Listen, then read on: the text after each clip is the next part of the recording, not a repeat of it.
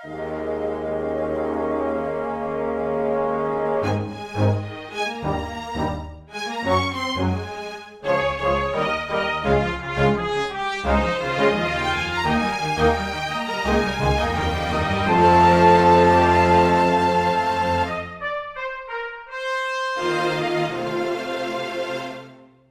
everybody, and welcome to Weekly Manga Recap here on December the 4th of 2019. I am Nick, and unfortunately, due to a family emergency, Chris is unable to join me this week. Don't get too freaked out. There was a bit of a situation. I'm not going to get into it. It's up to him how much he wants to share it. He's already talked about it on the WMR Discord and everything. Suffice to say, things look like they're going to be okay now. I'm sure that he will appreciate your well wishes, but don't be too worried about him. Everything's good right now. And so I wasn't sure what I was going to do this week because he is still indisposed, despite the situation being mostly resolved. So I put out the call to see if anyone wanted to co-host with me on Twitter, and Tekking eventually replied to it. So we really appreciate you being here, man. It's been a while. Yeah, I know. It's been at least over a year since the last time I did this. I think the last time I was here, the kids in Promised Neverland were just escaping the Gracefield house. So I think it's been a while. There are a few series we talk about on the show that hadn't begun when we you sent me the list, and there was like, I don't know what this Zipman is, but let's dive. A lot of them, I just read the last chapter just now, and I have a few questions, but most of them look pretty good. But yeah, no, thanks. I saw your tweet, and I was just like, it was like 3 hours after you tweeted it. I just noticed it. I was like, I'm free. I could do it. So here we are. I'm glad everything's, at least everything's okay right now with Chris. I didn't really get the whole story with that, but as long as everything right now is so far seems like it's going good, that's good. Yeah. I mean, you literally ended up replying at like basically the last moment I could have done anything. So.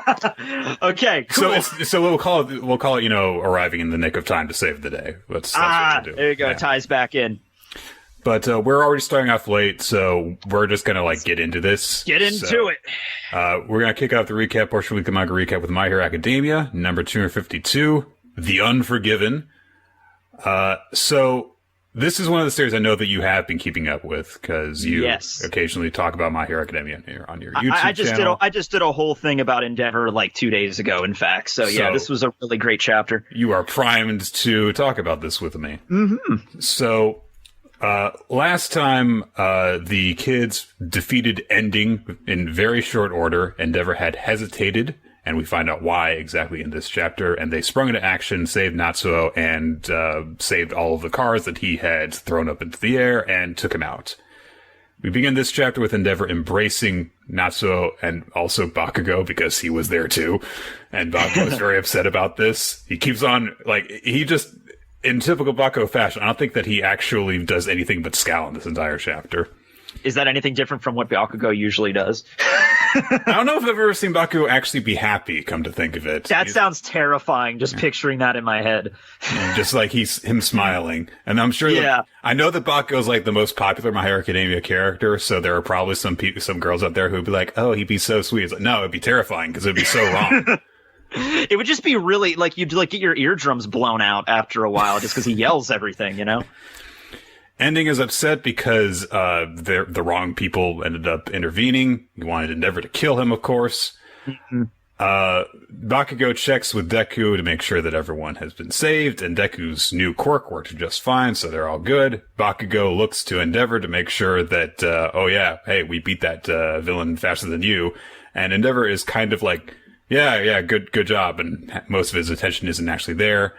But he actually is very grateful to them for stepping in when he lost his concentration. And and Bakugo's like, I wanted you to be more pissed off that I beat you. Endeavor apologizes to Natsuo, and he says, honestly, this is really real, but also really terrifying in a way, that he thought in the moment when he needed to take action that if he had saved him, then Natsuo would have felt like, you couldn't stand up to me.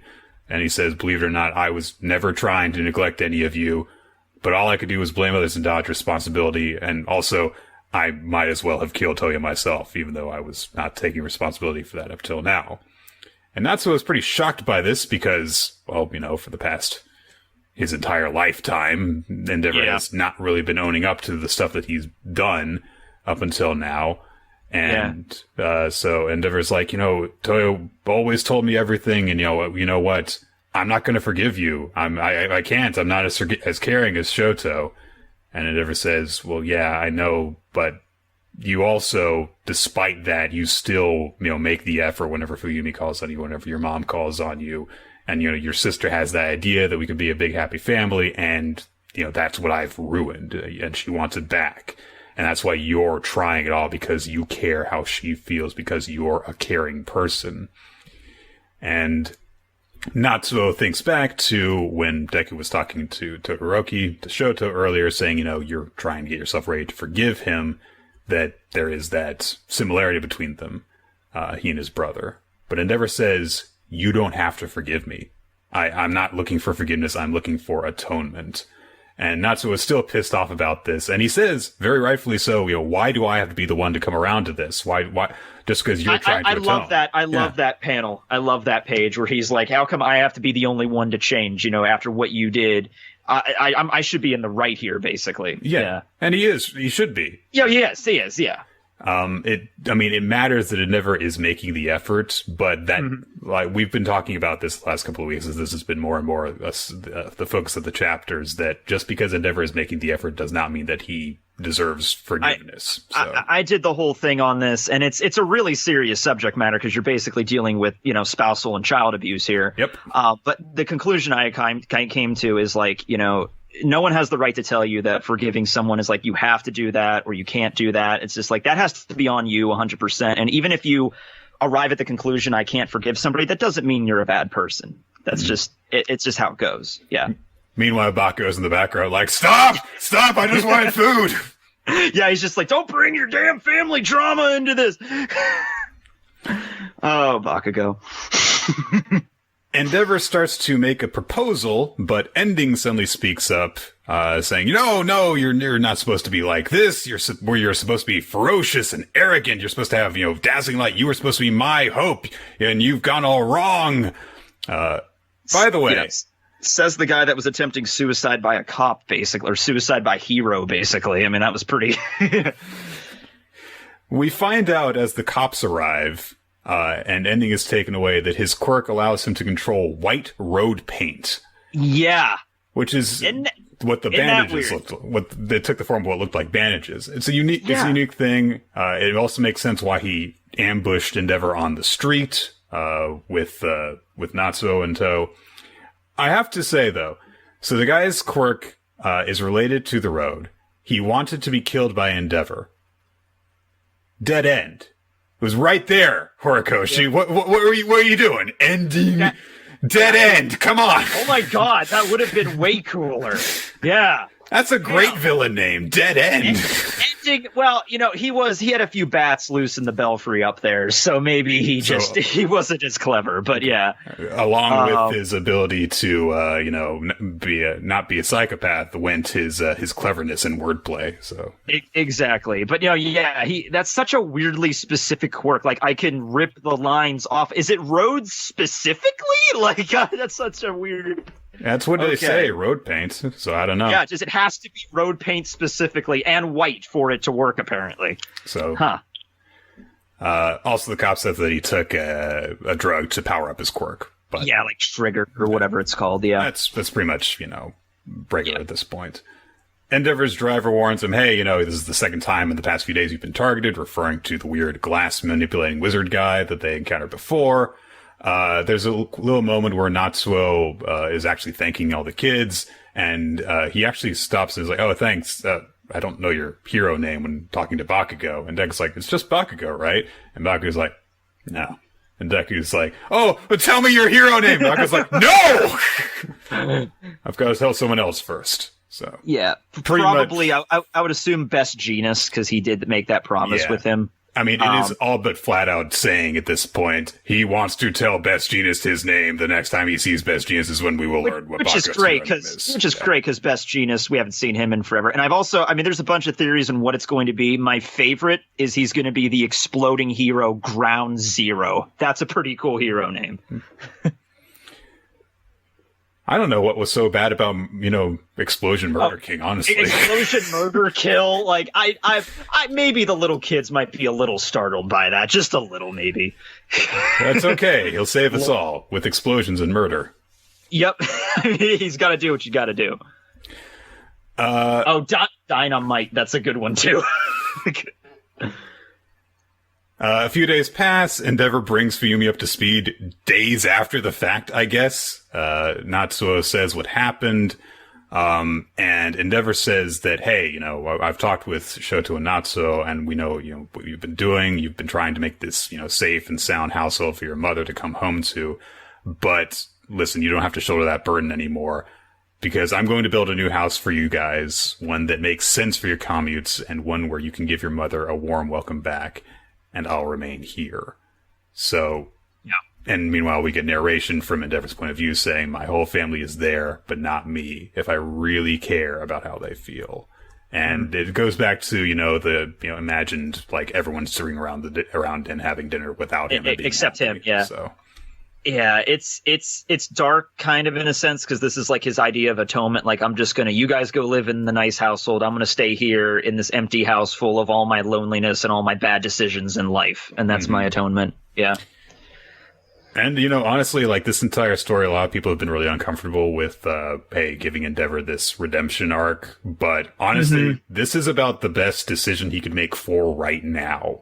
Like, clearly, yeah. They aren't ready to come together and be a happy family, and you can't force it.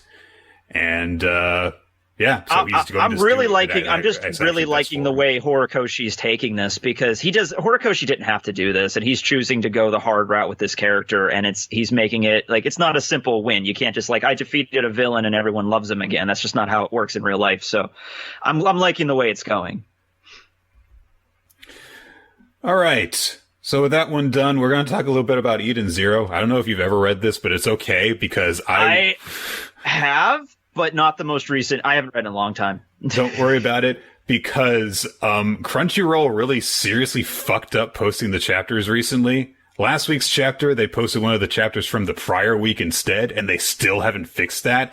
So going into chapter 73, I haven't read chapter 72, but I figured we'd cover it so that when Chris comes back, we wouldn't have to talk about 3 different chapters. Well, I haven't read it since, like, chapter 4, so not a huge fan.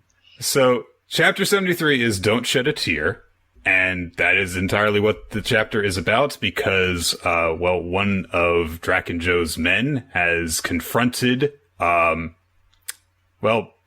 was there, I guess, but there's a puddle of water now instead. I guess he cried at some point because the guy's ether gear allows him to transform anyone who cries around him into puddles of water. There's a lot of, I'm going to be using a lot of apparently kind of descriptions. Well, as you do. I mean, yeah. Nino gets upset right away when she realizes what has happened, and so he makes her turn into water and dissolve as well. I believe that they are all in disguise right now, and that is why they look the way that they do, because Pino is in her human avatar form that she was in while they were in a video game world. Homura is this kind of like Victorian swordswoman-looking character, and Weiss is in his hot girl form. So, Weiss says, we just know the trick, so we just have to make sure we don't cry around you, and we'll be able to defeat you. So I'm just gonna, use my arsenal ether gear and make you cry. And the guy uses one of his stiletto heels to stamp on Weiss's foot and make her cry that way. Mm-hmm. Hey, it worked. Blah, dissolved. So it's down to Homura to take on this guy and his, frankly, really weirdly broken ether gear ability. And this is like the weirdest one that has appeared at all in this series, I should say. Everything else has been like gravity manipulation, summoning swords, making technology appear. This is just like this is like a magic spell, a curse that surrounds him. So with the crying thing, huh?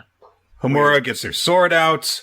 The guy tries to make her cry, first by, taunting her, and then by, telling a sad story about how they would duel and sing each other's praises. But before it happened, my friend got sick and died. And Homora's like, you're trying to make me cry over some sad story. So he's like, oh, shucks. All right. Well, I know there's a million glee on the ground over there. No, I'm not going to cry tears of joy. What if I cry like this? No, I'm not going to cry sympathy tears. And he just keeps on using these different tricks to try to get her to cry, including trying to make her contagiously yawn. And of course, if you yawn, it makes a few tears come out. Why don't you just use onions? That's what he does. Yeah. That's what eventually works. Oh my god, I could write manga now. He just crunches an onion right in front of her face, and it makes her cry, and she dissolves into tears. And so he bottles up all the tears that he's summoned. But wait, Weiss was never actually turned into tears. He used holograms to make it appear that he cried, and then dissolved. And so now they're going to face off, and Weiss suits up in Arsenal, and they're going to fight. Even with the very confusing lack of context for this chapter, this was one of the more creative moments Eden Zero has had lately, so I actually quite enjoyed this. But it was still very confusing because, why is Shiki water? Oh, I guess it was this guy's ether cure. Okay. Okay, yeah. I mean, we went from ones that can manipulate gravity to, turn you into a puddle of water. That's cool. Yep. All right, then. We're going to go... basically a stand power. Yeah, it is. It basically is, yeah. When you think about one of the, more... When they start getting into more bizarre stuff in JoJo, this is the rule of my stand. Don't cry or you lose. And so... No, that's a legitimate stand power. I can totally see that, yeah. And it's very... And, I'm fine with that. It's just a little bit of a sudden jump in terms of how this series tends to have operated as a much more straightforward battle series. But JoJo was a much more straightforward battle series, too. Oh, yeah. I mean, it was always much weirder than this, but... you can always do new things. Yeah, I never got much into Eden Zero, to be honest. I don't blame you. We basically just read it because we had read Fairy Tail before, and it's essentially Fairy Tail. So. Oh, no, yeah, that's one of the that's a big complaint a lot of people had. The characters look the same, I'm not going to try to read it. And that's, honestly, I was just tired of kind of seeing that art style in that way, and I'm like, I'm just not into it. I mean, what Rebecca looks like Lucy, and there's there's literally an Urza. She's basically Natsu, just with black hair, and it's just, Yeah. All right. So, Spy Family, Mission 17. We begin this chapter with Lloyd in disguise speaking with a contact in disguise while they're riding on the train together. Because Anya in the previous chapter won a Stella Star. Hooray! Things are progressing well in their mission. But they can't just leave everything to chance. Lloyd's contact says, hey, none of the signs look good, so you have to still find a way to get close to Desmond, and you need to get that daughter of yours motivated, so, give her some candy or something. Anya, of course, is aware of the mission that Lloyd is on, and she is actually, in this chapter, thinking of different ways she can actually help in it, because, she wants to do that. But... Of course, in typical arrogant little Anya fashion, she shows up with her Stella Star and she's like, yes, I am so great. Look at my shiny star. I'm the talk of Eden. And her friend comes up to her and is like, hey, how are you doing? I go by Starlight, Anya, now. I'm like, that's not arrogant at all. Okay, cool, Starlight, Anya. Do you want a cup of tea? And she's, imagining different ways, things will play out at school. The boy's gonna be like, I was so wrong, Anya. You're so awesome. Please be my friend. Come to my house. Bring your parents. And Lloyd's like, yay, now I can complete my mission. And then there's the caption, and the world was saved. And of course, it doesn't work out that way at all. He's like, don't be so, stuck up about this. It doesn't mean you're better than me. And he stomps off. So basically going, I don't like her. I definitely don't like her. With my little boy crush. Yep. But a bunch of onlookers actually start to not so secretly mock Anya, saying, oh, she thinks she's hot stuff, got to rub in everyone's face. Her dad probably actually had to pay a bunch of people off so she could get that Stella. Then they all look over to Damien and they're like, yeah, she cheated, right? Because they're all thinking we got to suck up to this guy because his dad's really important. And Damien says, nah, this isn't some third-rate school. They don't hand out Stellas by mistake.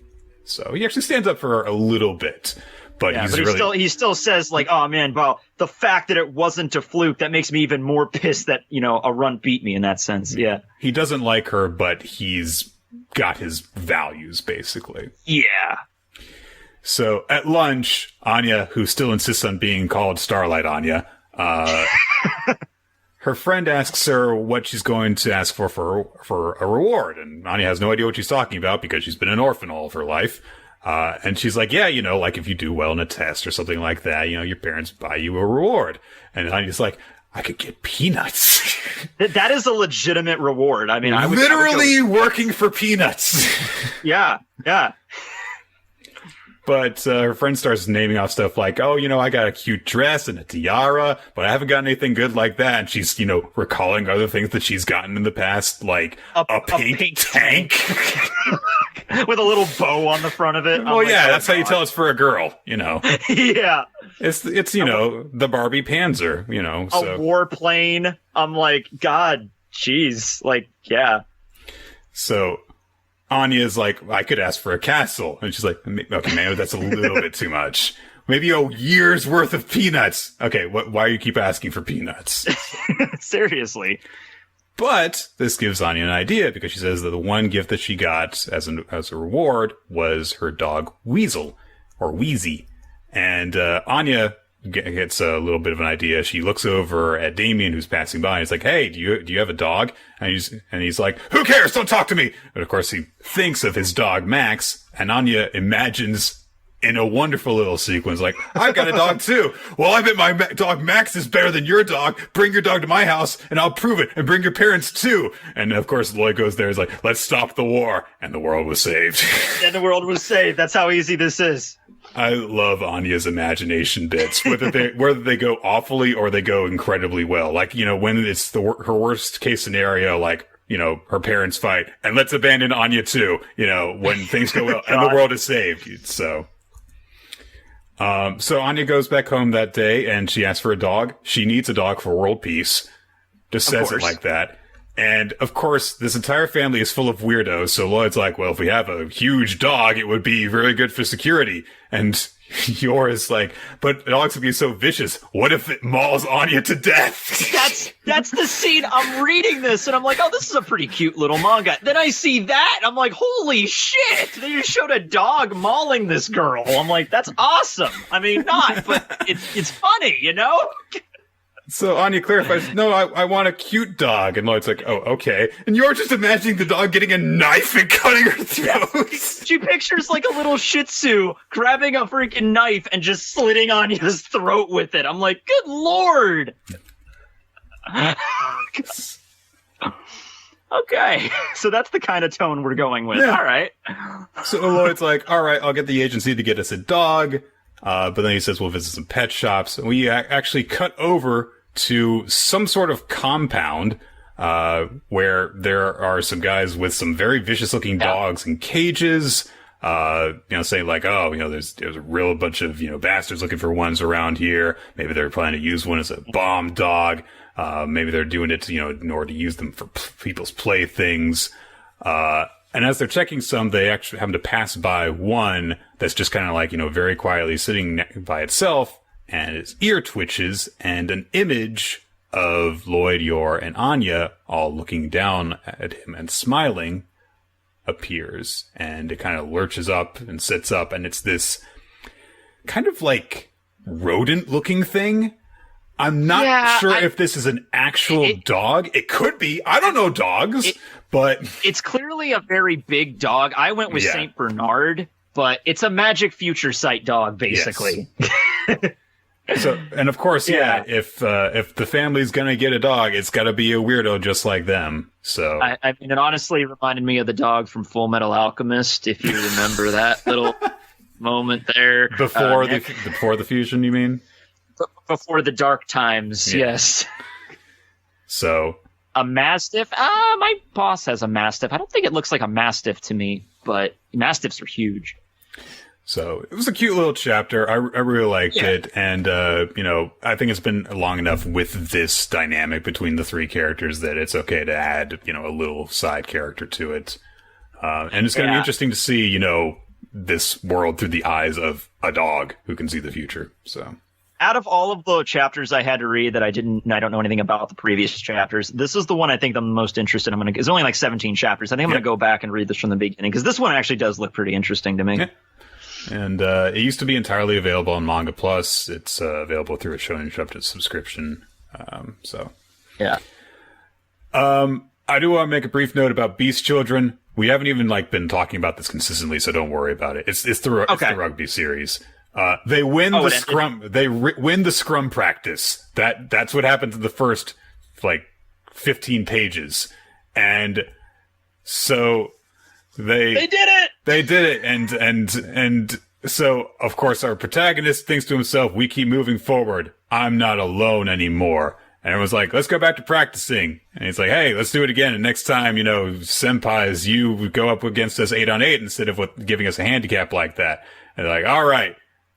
And then he has a flashback to when the first time he encountered his master, and he was like, I'll teach you how to tackle. Yay! Okay, so this series was paced so strangely from the very beginning. This has been going on for half a year. And there was the accelerated match with Rival that happened, and it ended 3 chapters ago, and then we went into practices and stuff, and then it ended. So okay, you think it's what the pacing is what killed it then? I absolutely do.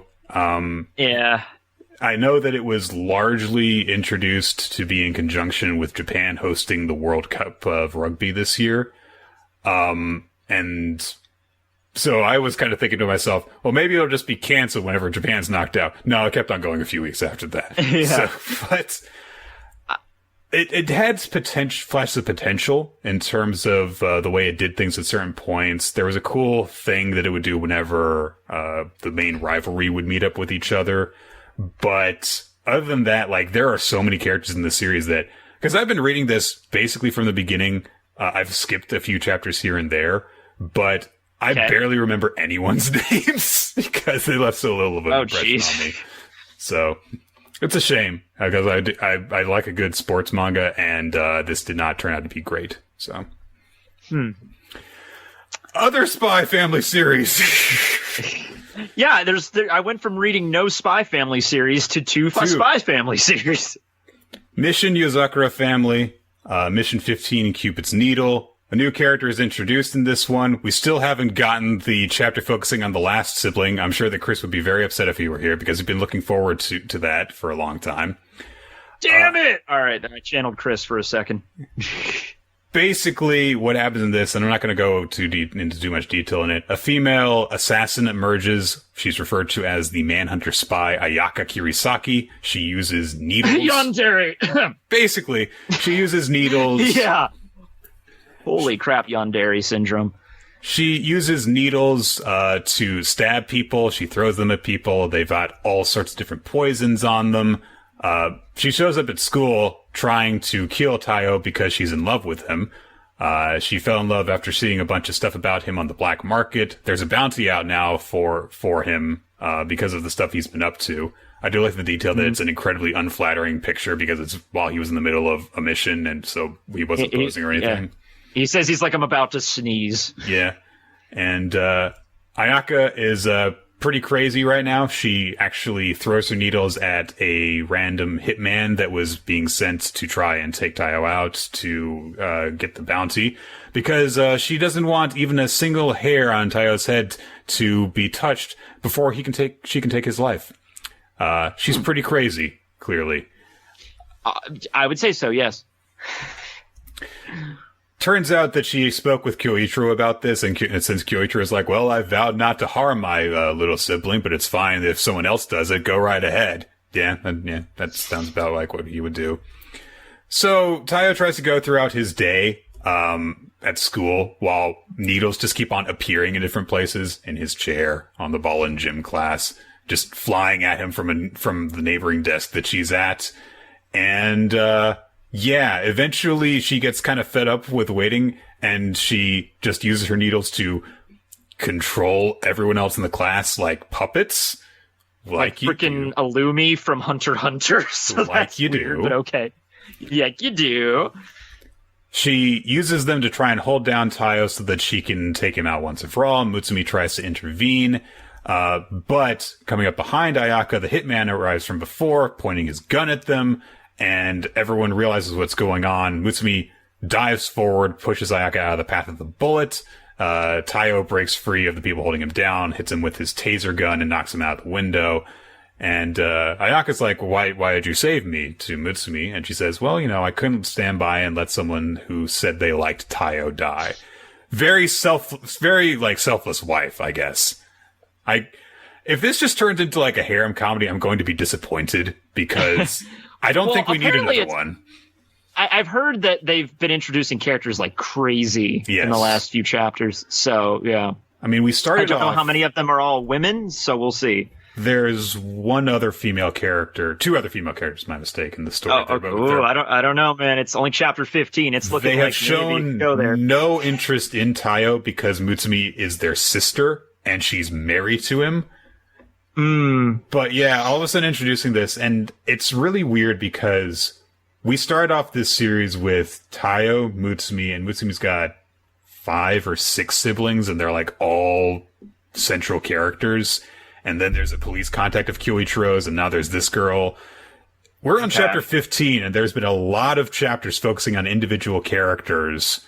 So I don't know if there's ever going to be like an actual direction that this series takes, or if it's just going to be... Because I'm not sure. I mean, I like this series. I've kind of been championing it on this show. Chris is very much not all about it. I like the art of it, like those certain scenes with Yandere girl like freaking out trying to like stab him. It was an interesting art style, if nothing else. It looked pretty cool. Now there was a sequence where there were a few chapters where like Mutsumi had been captured, Tayo had to train up and get really serious so we could go rescue her, and that was the first actual like story arc in this series. So I'm curious if there's going to actually be any semblance of a story, or if it's just going to be random collections of humorous events that happen chapter by chapter. But I guess time will tell. It got a color page. It got a color page last week, so it's doing okay. So that's pretty good if it's gotten a color page. Yeah, it just seems like the author's just trying to like, I'm going to dump all these characters at the very beginning of the story and then slowly get to them throughout. But that might screw it up early on. Like, I don't know. We'll see. Well, We Never Learn honestly did the same thing. Yeah. So that's a harem. Kind of. Yeah. It is. It is. It really is. Yeah. But with that one, like the character introductions tailed off very quickly after the first, I don't know, dozen chapters or so. And we were like, why is all these characters being introduced chapter by chapter? And then all of a sudden, we're just sticking with this cast. So I don't know if there's ever going to reach a point where Yozakura family's just like, okay, we're good. We're just going to do some stuff with these characters for now. But is the thing at the Popo thing, is that anything relevant, or do we not know yet? That's the person who posted the bounty. And I believe that we might have actually seen that symbol before. You have to keep in mind that in this world, spies, there's like this entire underground like market for them. So there's like a spy-only Twitter, basically. Because all I know is Popopo, that's the Japanese onomatopoeia for the sound a bird makes. Because Pidgey from Pokemon, its original name was Popopopopo. Because that's the sound it made. Like, that's like tweet in Japanese, basically. Well, that might also just be like the Twitter thing, so... Because Twitter, tweet. Okay. Yeah. I forget exactly what it was. But like a lot of the spies that have social media accounts have their little symbols because, their avatar pops up. So it might be that. I'd have to go back and check, but I'm not going to. So. Gotcha. All right. Well, this one looked pretty good. I might pick this one up too. We'll see. Samurai 8, Chapter 29, Yoshitsune's Calling. So... I guess that there's supposed to be a bunch of emotional weight to this chapter. I know that's very damning, but so like this would have been a very good chapter if there had been actual like build up in this arc surrounding Kotsuga, aka Yoshitsune, and there wasn't. He was a jerk to everyone when he joined their crew. He was a jerk to everyone when he betrayed them, and now we're supposed to like him. Because it turns out he's been deceived and betrayed by Ben this entire time. this is primarily a flashback chapter because Dharma has downloaded Benkei's memory because he can do that because that's how samurai work. Don't you know that about samurai? They can download each other's memory against each other's will. Well, yeah, it's written in the Code of Bushido right there, Section 2. Yeah. Dharma tries to finish off Benkei, but his keyholder comes out of nowhere, grabs him in its mouth, and flies off to escape. And Dharma's period where he can access this body is at an end, so he's about to shut down and go into sleep mode. So he's like, Hachimaru, let me download these memories into your head. And so he does that. And Dharma says, since the series is probably ending soon, you have to have this final battle, Hachimaru, so I'm entrusting this to you. Yeah, I never got into Samurai 8. Don't worry about it.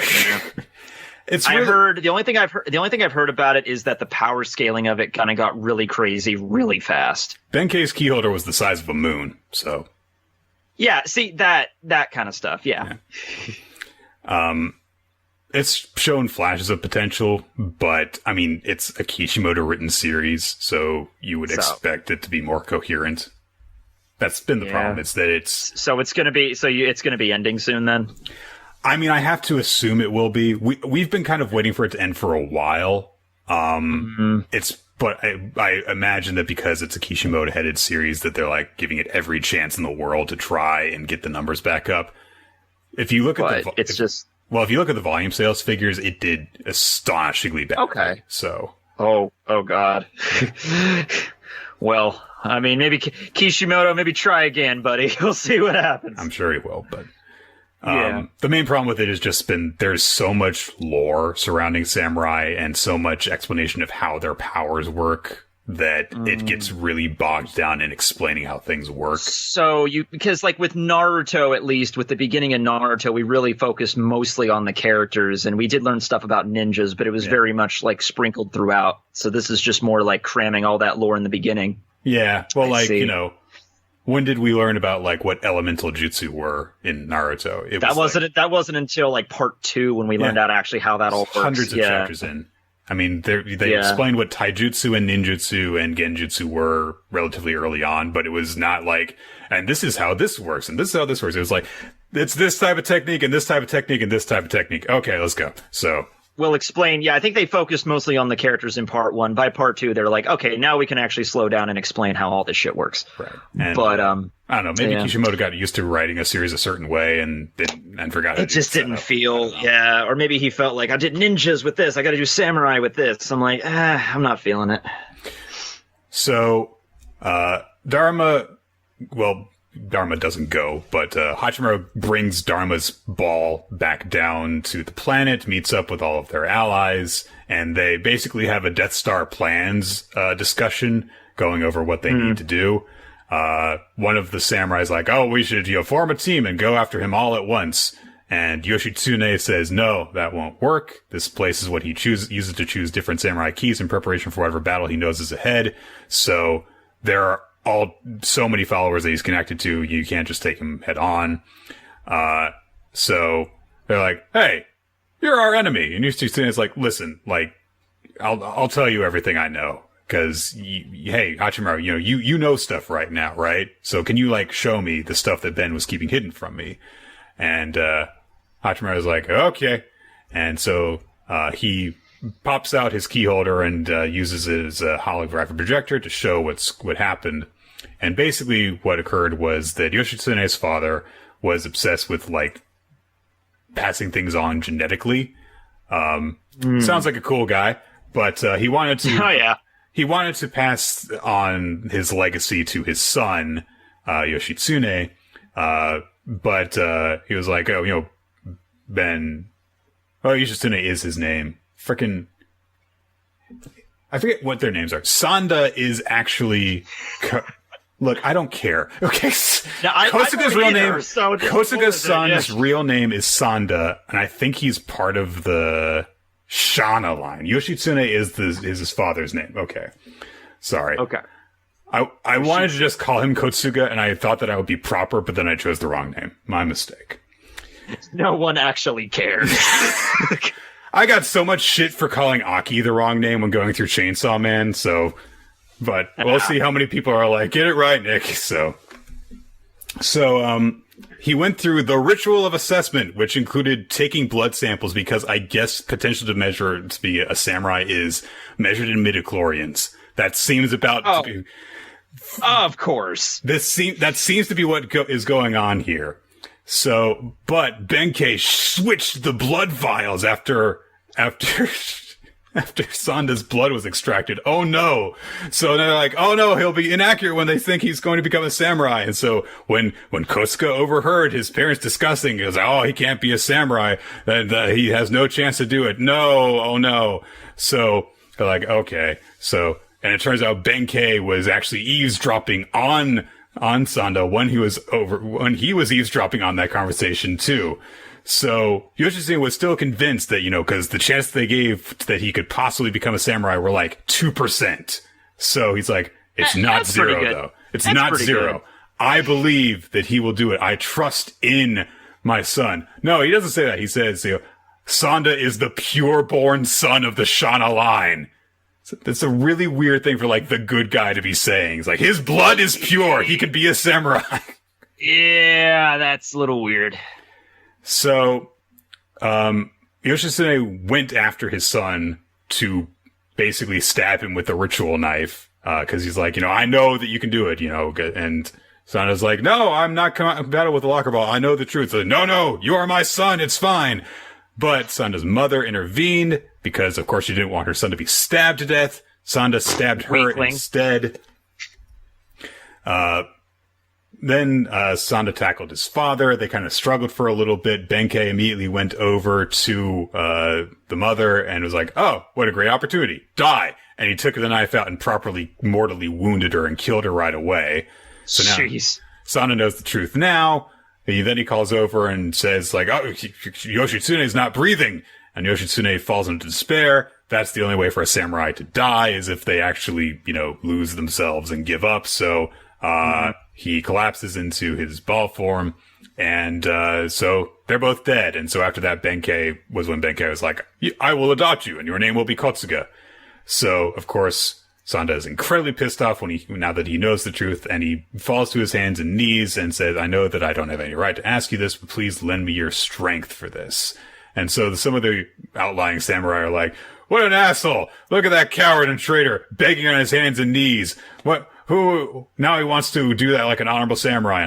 But Hachimaru says, asking me like that while touching your head to the ground, an abject apology. That is the most like a samurai you could be. Yes, expert on the samurai. Stupid shitty kid Hachimaru here.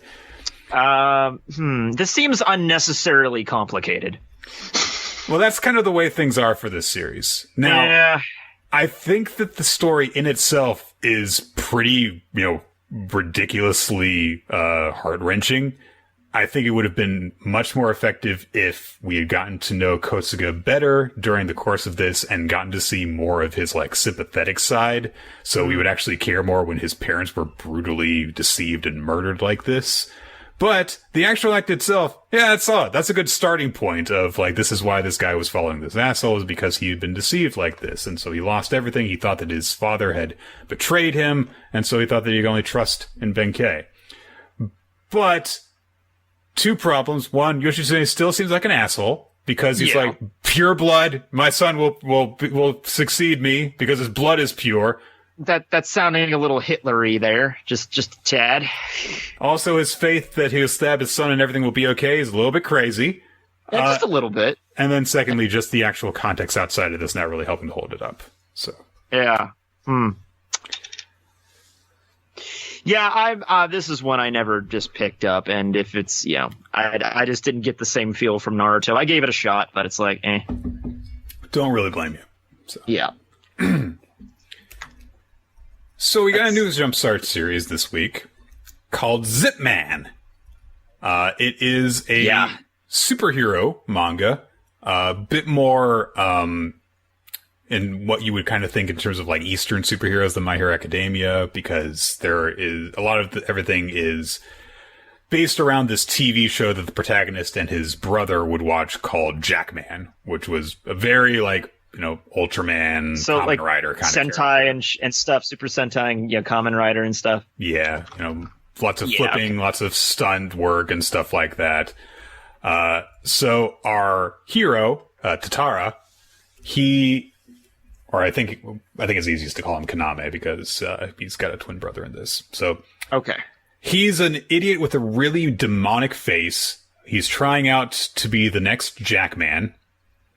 He's showing off his moves, and they're like, "Wow, that's really impressive," because he's like running along the walls without wires. He punches straight through cinder blocks. They're like, "Oh, that's amazing," but I'm not really getting a Jackman feel from you. Maybe, you could be one of the monsters instead. And Kaname makes his disappointed face, which looks really scary because he's got a really scary face. And so they're like, okay, bye. But Kaname's like, no, I'm not going to give up. I'm going to be Jackman. They say that, the scouts are like, that kid was really memorable. But, hey, his last name, Tatara, you think that he's related to that Tatara? Because Kaname's twin brother was Koshiro Tatara, his twin brother, who was a world-renowned mechanical engineer who basically everyone thought was going to change the world. Like, this kid is 17. He got a doctorate from MIT at age 12. He had his own robotics research and development company by the age of 15. He's like the next, like, Stephen Hawking or something. He's like, or is this really brilliant, young kid? Yeah. So everyone thought he was going to change the world, but his death, sets back scientific advances by 50 years. We'll never see the likes of him again. Kaname has a flashback to when they were kids and how they both really liked this Jackman character when they were kids. Kaname would try to, act as Jackman and protect his little brother when they were getting bullied at school by a kid who had really big hands. But then a girl showed up to help them. A girl that both Kaname and his brother fell in love with at the same time, at first sight. So, Kaname and Koshiro both fell in love with this girl who protected them. So they've been competing with each other ever since in their own ways. Kaname in athletics and Koshiro with his brain. So we see that Kaname is like the helper for a bunch of different athletic clubs because he's so incredibly physically gifted. Everyone thinks he's scary, but he's really reliable, so they like him anyway. And then we see that after he's helped out a bunch of people, and he does a little Tokyo Tower superhero show where he's wearing a monster costume, China, the girl that he and Koshiro have a crush on, shows up afterwards, congratulates him. Kaname's kind of like selfishly down on himself a little bit because Koshiro's dead, and now he's like, I can't compete with my brother anymore. But he kind of won. I mean, that's kind of, he's still, yeah. Winner by forfeit. Yes. Winner by death. My brother's dead. Okay. What an asshole. Yeah, I've never had siblings, so I could say that. Well, Kaname feels down on himself because he's like, the competition hadn't ended, but he died without me having actually beaten him once. Koshiro was always the one to make Chihiro smile, and he never got to do that while his brother was alive. So, China says to Kaname also, just to twist the dagger a little bit, I didn't tell you, but Koshiro actually invited me here today. He said, let's go see that embarrassing show that he's doing, and then she gets really upset when she thinks about, Koshiro being gone. And Kaname's like, oh, I've got to make her smile. And so he tells her that he's auditioning for Jackman. It didn't work out this year, but he's going to try next year, and he's going to show her all sorts of cool stuff. And then, of course, a news show comes out with more talking about Koshiro and how he's posthumously receiving Nobel Prizes in chemistry and the Nobel Peace Prize. So China smiles again after Koshiro's dead. So Kaname's like, God damn it. But even in death, he's beating me. Even in death, he cockblocks me. My own brother. It's a really weird dynamic that they have because, like, I can't make her smile now that you're gone because she cared for you so much. So, but all of a sudden, Kaname gets a message from someone who refers to him as Devil Gorilla, which was what his brother would always tell him. And he's like, "Hey, I've got a favor to ask. So come down from there right now." And Kaname's like, what's going on? And he doesn't even tell Chino what's going on. And the message says, don't talk to anyone, hurry up. All of a sudden the tower starts to shake, and they're like, what's going on? Is this an earthquake? But it turns out that there is a giant robot! A huge robot! And it's wrecking everything in its path, knocking into buildings, stepping on stuff. There's one random badass construction worker who swings a crane into it to try and stop it. That doesn't work. It's like, we've been working on this building all week, you son of a... And he just, like, swings. The entire first half of the chapter was a dupe. This is the real hero. Crane operator guy. He's dedicated to his job. He cares, man. So, it briefly stuns the robot, and that's it. So no one knows what's going on. There's just this giant robot. Kaname shouts out to China that they should take the stairs to get down the tower. She gets tired, however, and stops a flight above Kaname. So Kaname's like, hey, come down here. I'll give you a piggyback ride and I'll carry you the rest of the way down. And she thanks him, but all of a sudden a truck comes flying towards them, blows up, the side of the tower that they're in. It collapses the stairs between them, so she can't get to him, so she's going to go back up and take the elevator down instead. By the way, this is the Tokyo Tower that they're at. Yeah, Tokyo Tower, yeah. The robot is now staring down Kaname, and he realizes that since, it's right in front of the tower, that China and everyone else inside of it are in danger, so Kaname is like, everyone's gonna die. He remembers back when they were kids, Sheena saying that she likes strong people like Jackman, and he's like, I know that I'm not Jackman, but even so, I've been working hard to be the strong person who will protect your smile. I've been working hard to protect it, so I'm going to stop this thing, even if it's just for 1 second. If I back down now, then I'm no Jackman. And he starts to rear back to just punch the giant robot, but all of a sudden As you do. Yeah, it'll work. All of a sudden a truck drives up. And a voice chimes out from him saying, we don't have time, Devil Gorilla. And it's Koshiro's voice. And so Kaname shouts out to him saying, hey, are you alive? Why didn't you tell me earlier?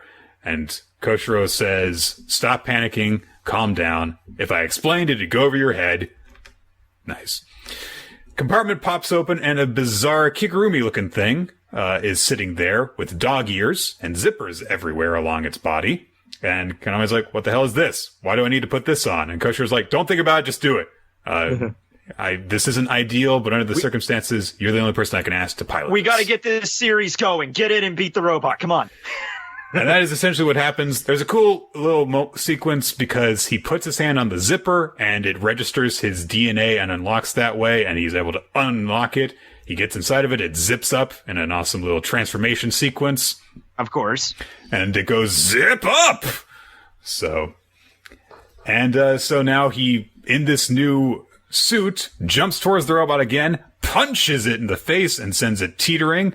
Kaname realizes he's got super strength now, and so he launches into a superhero speech and declares himself to be the watchdog of justice, Jackman. And Koshiro's like, why are you calling yourself that? Who said you could? And Kaname's like, it's obvious I'm Jackman. I mean, if that's the situation, you gotta, come on now. This is living out your childhood dream. I'm a Power Ranger. You gotta do it. Pretty much, yeah. The guy piloting the giant robot throws a punch at Kaname, and Kaname's like, hey, Koshiro, do you have some kind of special attack in this thing? And Koshiro's like, I don't know. Well, fine. And so he does his special attack, the punch that he's been practicing his entire life, the 100,000 horsepower jack rocket. He punches back into the giant robot's fist. It launches outward, Kaname's fist does, and just crashes through the entire robot and then retracts afterwards. And Koshiro's voice is like, you did a special attack. Wow. Good job, man. You built it, presumably. Although Kaname says, like, well, didn't you make this suit? And Koshiro says, well, about that, and doesn't really get to finish. Everyone celebrates that they've been saved. They're cheering on Jackman, and everyone's super happy to see him. Kaname poses, and Koshiro's like, come on, stop it. And Kaname's like, hey, Koshiro, I know that this is your suit, but my strength saved you and everyone. You can come back, and we can get back to our Make Her Smile battles. But Koshiro says, I'm not coming back. And Konami's like, oh, come on. Just because I finally, was the one to make people smile doesn't mean you have to give up now. I mean, this is my first win in like nearly 1,000 battles. But Koshiro says, I don't really know how I ended up here, but this suit is me. And the head at the top of the suit looks down into Kaname's face. And so we got a little bit of a Big Hero 6 kind of thing going on a little bit. Yeah. Dead brother who invented this thing that's going to be a superhero now. There's a One Piece character that uses a jacket fruit where his brother gets inside of it and they fight combined. So that We also had a whole thing with like two twins brothers being featured with Double Taisei, two twins acting as one, but in a different respect. Okay. I will say that this series is off on the right foot. It's exciting. There's really good art. There's some cool action. There's an interesting premise. Kaname is a likable character with a cool established dynamic. And he looks different than a lot of the stuff that's running in Shonen Jump. So yeah, it's looking good, especially since My Hero kind of focuses a lot on, like you said, like more comic book Western superheroes. This one's definitely more on like Kamen Rider and Sentai and stuff. So yeah, I like the parallel. It's pretty good. According to Tropical in the chat, the mangaka was an assistant of both Oda and Horikoshi. So there you go. Okay, well then, this is looking pretty good. Yeah. I hope that this series, goes well. It shows promise for right now, but that's really all you can say after like this one chapter. But so far, we'll see where it goes. Yeah. All right, we're done with the newer stuff. I'm used to having someone take over the lead on some of this, but it's okay. I could do Dr. Stone and One Piece. Yeah, we'll do that when we get to them. Sure, why not? Yeah, sure. We Never Learn. Chapter 138. Sometimes a maiden's sweet sentiments are connected to a pizza bet. Chris isn't here. I have to do that. So, last time for Valentine's Day, Uruka and the other girls made chocolate for Yuiga. Uruka reflected on all the past times that she has failed to actually give chocolate to her crush, which makes me so sad for her. And it turns out that she was going to be the first to this day to finally give chocolate to him, and didn't work out because he's already carrying a bunch of chocolate. And Uruka's like, "Why is he so popular all of a sudden?" No, wait, I guess you are really cool. This is how it should be. And Chris was saying last week that he was hoping they're like, yeah, of course everyone gives Yuiga chocolate. He's a really nice guy who helps everyone. Of course, he's the best guy ever. He's a great guy. Why wouldn't you give him a lot of chocolate? But it turns out that he's actually holding chocolate for his super popular handsome friend, Kobayashi. That's why he's got all this chocolate. And it's like, oh, this is unfair. Yeah, you just give chocolate to the hot guy instead of the guy who's really helpful to everyone. Yeah, that's how it goes, man. Yeah. So Uruka is like, oh, it was just Koba's chocolate.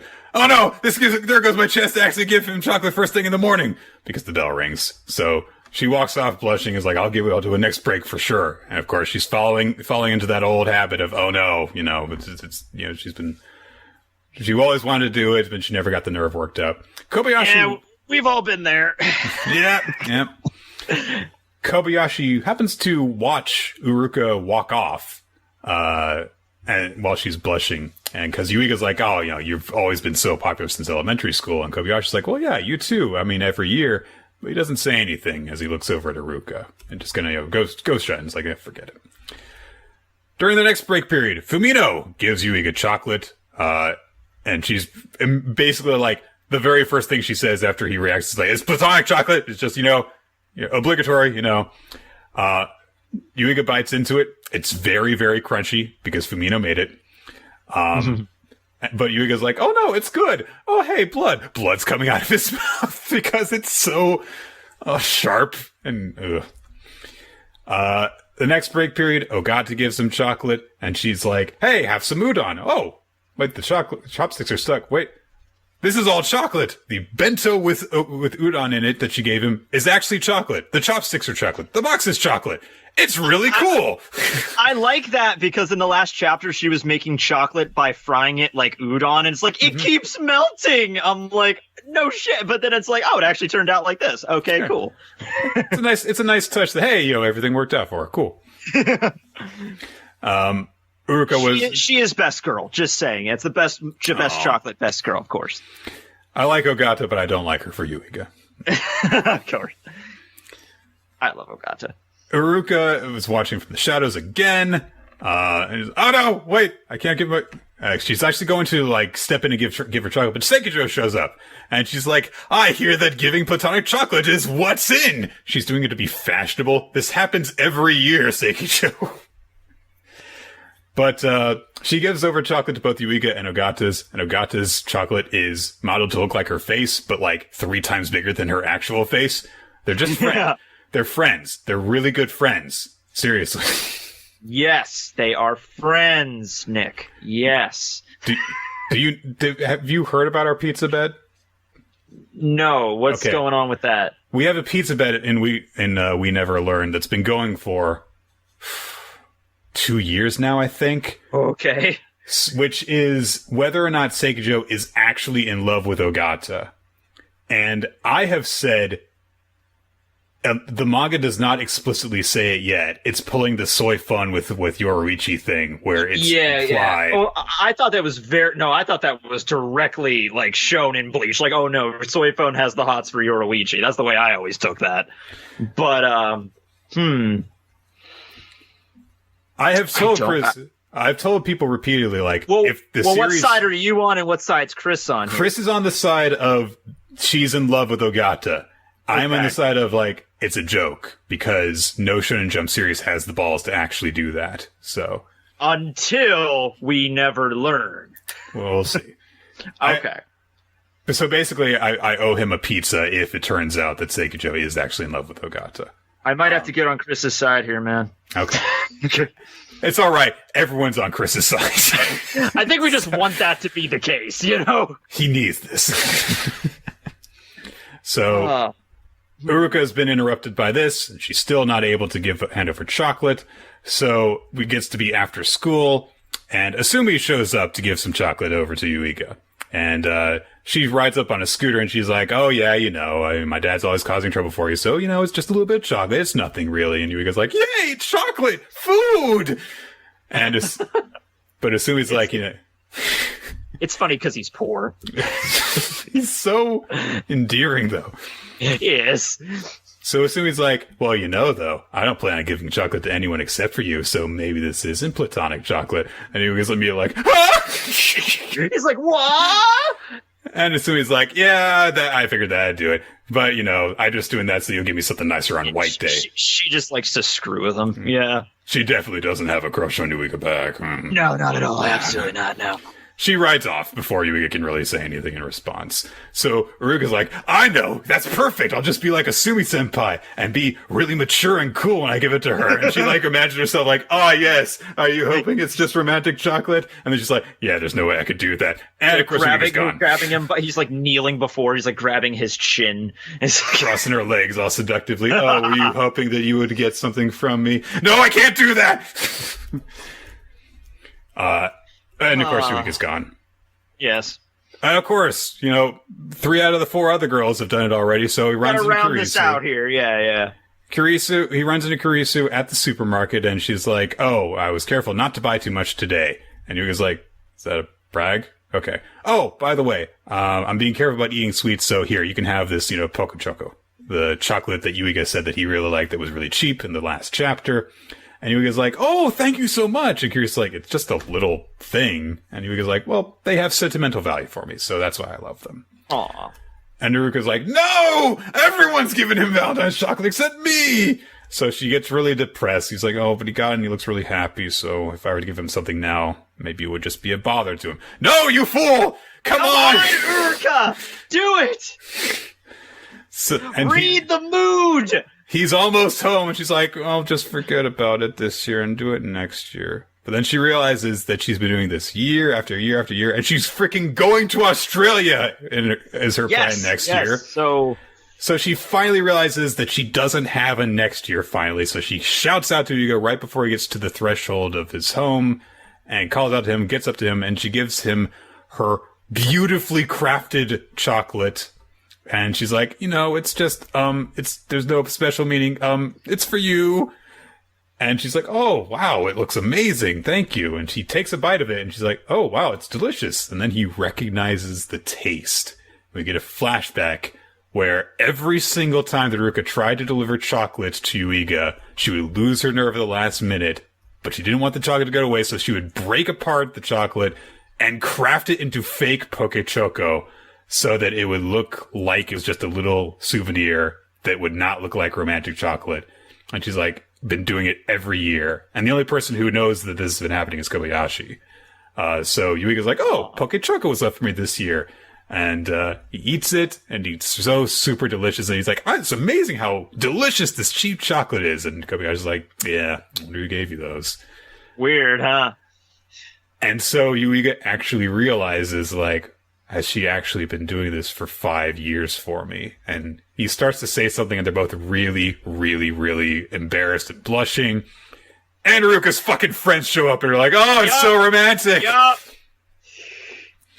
And of course, she has to claim that it's it's not Ruka's friends, it's Yuiga's family. I couldn't tell because their faces are super distorted. Every time, man, every time. So she has to proclaim it's just platonic chocolate. I mean, I like this story. I really do. But do you ever get tired every now and then of just like the repetitiveness of like every time something cool's about to happen? It's like, oh, damn it. For this series, they play it off like a joke at the end, like they did here. And I'm like, come on. I was at the point you were at, I don't know, 5-ish years ago, just like being frustrated that every romantic element of a shonen story goes this way. But for actual full-blown romantic comedy series, I'm just, like, numb to it. It's like, this is what you have to do until you get to the end, you know? I could totally understand that. You just like, this is what the whole genre is about, so just go with it. Yeah. But this was a really sweet story, and I love the detail that they actually tie together. The reason that Yuiga has such a fondness for Poke Choco is that Uruka has been tearing apart her beautifully crafted chocolates every year and just kind of disguising them as this cheap little candy. So Valentine's Day in Japan is so elaborate, you know? Well, because it's such a big, you know, like, there's like this kind of expectancy for it. And they do the whole White Day thing like a month later and stuff, you know? When I was a kid, and we would give people Valentines, it was just like, just get a Valentine for everyone in the class. Yeah, it was always the thing. Yeah, we did that in elementary school. My senior year, I gave a flower to this girl I had a crush on. It was the most awkward shit ever. But, you know, it was like, it's my senior year. I'm not going to, you know, have another chance. So here you go. Have a flower. And then you got married. Yeah, that's how that went. No, I gave it to her. I was like running up the steps when she was coming down, and I had to run the entire length of the school to get there really quick. This perfect spot to give it to her where there was no one else around. I'm like, awesome. So I just ran the whole length of the school, and I just like, here's a flower for you. And she's like, thank you. And just walks away, and her face goes beet red. And I'm like, okay, well, nothing else happened after that, but I did it. Hey. Well, it's one of those things where it's like, if you hadn't done it, then you would have been like, I would have regretted it so much if I didn't, but I did. So cool. Yeah. If nothing comes of it, nothing comes of it. Yeah. Yeah, that's just how it goes. But I gave her the flower. I'm happy with that. By the way, while we're still on the subject of We Never Learn, do you have a preferred girl to match up with Yuiga, and do you have a theory of who is going to? Ogata, and I feel like it is going to be Uruka, though. Oh, okay. I wanted to be Uruka really badly because she's just so sweet. Yeah. But I feel like first girl rule might win out, and although technically she's the first one to know Yuiga, the first one that actually met him in the context of the series was Fumino and Ogata at the same time. There was one of my favorite chapters of the series is one where they're I forget the exact scenario, but they had to sleep next to each other, and they're in that that one. That was a really adorable chapter. I think it is going to be Fumino at this point, but I'm not super confident anyway. I'll admit, whenever a chapter comes out, sometimes I skip a few chapters, and I also just scroll through a few others, so I haven't been keeping up with the flow. It's a good series to do that with because... Yeah. The art's really good. It gives some pretty good panels and stuff, like when their eyes go all crazy. That was a lot of great comedic reaction. Yeah. So it's a good comedy. Yeah. All right. Let's move on to Dr. Stone then. And so Tekking, take us through it. Yeah, I will take that away. Dr. Stone, one of my faves. Okay. So the plan is... well, we'll release Hyoga and he probably won't kill us and he'll probably fight against Mozu for us. So that's a bit of a gamble, but Hyoga kind of tells and's like, all right, well, this is what we're doing now. And I think they realizes, yeah, Mozu's going to attack us anyway. So it's one of those things where Mozu's going to have to fight Hyoga at one point or another. So they just start fighting. Senku grabs everybody and was like, all right, well, I know we ran to the ship, but now we have to hurry up and get the hell off the ship. We have to go back to the mainland. And they're like, what? Why? And he's like, because, well, do you want to get caught up in that fight? And they're like, okay, yeah, fair point. So they leave. Mozu does try to stop them, but Hyoga kind of like, Hyoga blocks it, and they're like, they start fighting. And it's in typical shonen fashion. It's like they're fighting for a little while, and Hyoga's like, you're pretty good. And Mozu's like, I haven't even shown you my final form yet. And he just starts, whoa, and he swings that axe and it just breaks apart a bunch of shit in the ship. And Hyoga doesn't really block it the whole way. It looks like he gets beaten up a little bit. He gets some blood there. So I'm pumped for how that's going to go. That's going to be a pretty intense fight. That's going to be like the big final battle of this arc, because it's like, yeah. So meanwhile, we got Ibara hanging out, and Arashi's there, and he sends him to the island, and then Kirasame's there, and Ibara holds up the petrification device, the little amulet thingy, and he's like, throw it at the island and just petrify the whole island. Kirasame's like, well, wait, you sent Arashi. How's he going to escape? How's all these people going to escape? And Ibara strikes his freaky. He's like, why should I give a damn about that? And Kirasame, like, she takes orders from Ibara, but she flashes back to when she was a little kid and she was talking to the great leader, Soyuz's father, and he was talking about how, we had like this power of the petrification device. It's so, it's so rare. It's so unique. We should never misuse this. And so Kirasame's like, wait, this isn't right here. So she kind of finally wises up to this and is like, is that really the great leader's will? And at that point, Ibara just like, he strikes the crazy eyes. What?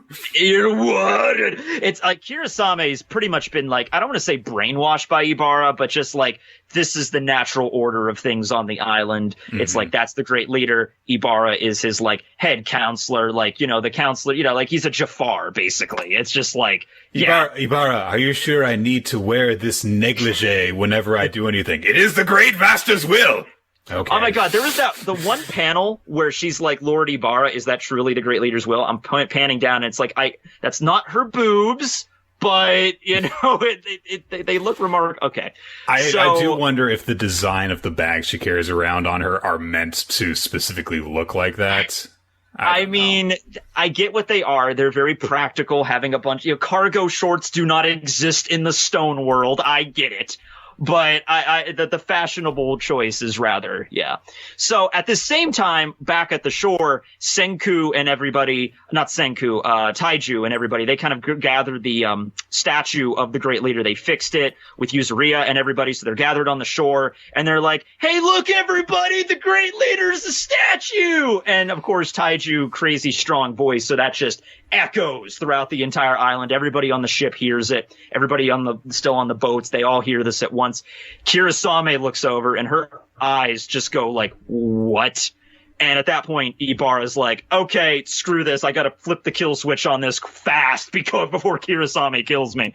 So he holds up the petrification device and he's like, 1 meter, 1 second. A lot of people were freaking out over that scene because they're like, that seems oddly specific he would use in that measurement. So people are thinking Ibara might be from the, he might be one of the stone people released. He might be from the present because the way he says it, like 1 meter, 1 second. I'm like, Well, this village is an offshoot. Of Ishigami. So they would have, because presumably like Byakuya would have passed on stuff like that. So yeah, with Dr. Stone, it's like this thing where it's like, yeah, you got science and stuff included. You have to take a few things with a grain of salt, though. Like the way I would look at it, like Byakuya passing down these lessons over 3,000 years, they would be twisted and changed over the course of the millennium. Like they wouldn't be speaking perfect Japanese at this point, right? But you go with that. But I'm like, okay, that's an interesting scene. Well, presumably also because this device is presumably the same in nature as the device that set up the worldwide petrification previously. So if it operates on those measurement terms, and even if they weren't familiar to someone who discovered them, if you learned how to use it, you would learn what those measurements meant over time. But just the fact, he used like meters and seconds and stuff. So I guess that was just taught down by Byakuya. But anyway, so Kirasame tries to attack him at the same time, tries to at least grab it from him. He just he does this in a really careful way where he steps back and uses it, and he doesn't get afflicted by the wave, but she does, because she kind of just like, he backs up and launches it in front of him. She just kind of runs right into it. Yeah. So she begins to cry and just like, Ibara, you bastard. And she turns to stone. And then Ibara's like, bye-bye. Thank you for all your loyalty up until now. And now, of course, Ibara's like, okay, I'm done with this now. He holds it out. And the thing looks like it's like dripping stuff off of it as he's Yeah, it's a little weird, but he's holding it up and he's just like, okay, I'm done with this. At this point, I'm sure Ibarra is just like, I'm going to turn everybody to stone and I'll figure it out later, whatever. So he's about to do something when all of a sudden you hear a gunshot, which of course Ibarra is not really used to hearing that sound. What the hell is that? Yeah, like what the hell? Oh, was it lightning? What is that? And before he can really like look around or move from his spot, boom, bullet just shoots him right in the hand. And, wait, is it the same hand he was holding? Yeah, it was. It was the same hand he was holding the device in. So it falls and drops in the water, and it was Yo. Yo is hanging out there, and he's like, he got his gun, and he's like, finally, I was able to shoot the bastard. And we only have one bullet left after this, because Magma wasted a few. He missed first when that was the sound he first heard, and then he shot him on the second shot. So they only have one bullet or one little pachinko ball remaining. So, well, he says in his narration that this was actually his last shot. Oh, that was his last shot, because I'm looking at the diagram there, and it said remaining 2 and then remaining 1. Yeah. So, it says I'm down to the last, so I'm not sure. But at any rate, it worked. He finally hit him with it. I'm also happy to see the packing power of that thing, because they were kind of curious about, like, at the end of the day, these aren't actual bullets. So they're probably not going to kill somebody, but they would definitely draw blood, but we don't know how much damage they would really do. But no, this thing pumped right through his freaking hand. And it was at a distance. If it hit him in the neck, it would have killed him. Yeah. Oh yeah, this would have definitely been able to kill him. So Senku made a straight up gun. He made a revolver. Yeah, he made a pretty decent one. So anyway, the petrification device, it falls into the water, and Ibarra just shouts and screams like, "What?" And then that's how the chapter ends. I love the little speech that Yo delivers. Oh, it's great. Because he's like, you've got the right to remain silent. I don't know the rest of it, but I got you. He's like, you have the right to remain silent. Anything you're a jerk face. You're under arrest. So I love that. This is why police carry around a Miranda Yo, rights on in that card. Last panel, Yo is looking pretty badass. Just the expression in his face, So, way to go, Yo. You finally lived up to being a police officer. You did something good. Hooray. Yeah, it packs a little bit more punch than a BB gun. So, yeah, you're pretty good with that. Yeah, cool chapter. I will say that Dr. Stone does have this kind of obsession with, like, every time a female character comes by, it's like, she's evil, but she's got a soft heart. It's like... Yeah. Can you have one of them be, like, as scummy as the guys, maybe, just to change it up a little bit? I don't know. Kirasame's gonna join the group. You know that. Well, yeah. I mean, like, she's got no reason not to at this point. Yeah, like, well, my whole life was a lie, so I guess I'll go on a trip with you guys. I mean, I guess she could stay on the island instead. Yeah, that is true. But she's no longer going to be an opponent, presumably, so... Yeah, honestly, you just get rid of Ibarra and everything else will be cool. And he's not that much of a threat physically. They've got to deal with Mozu, but...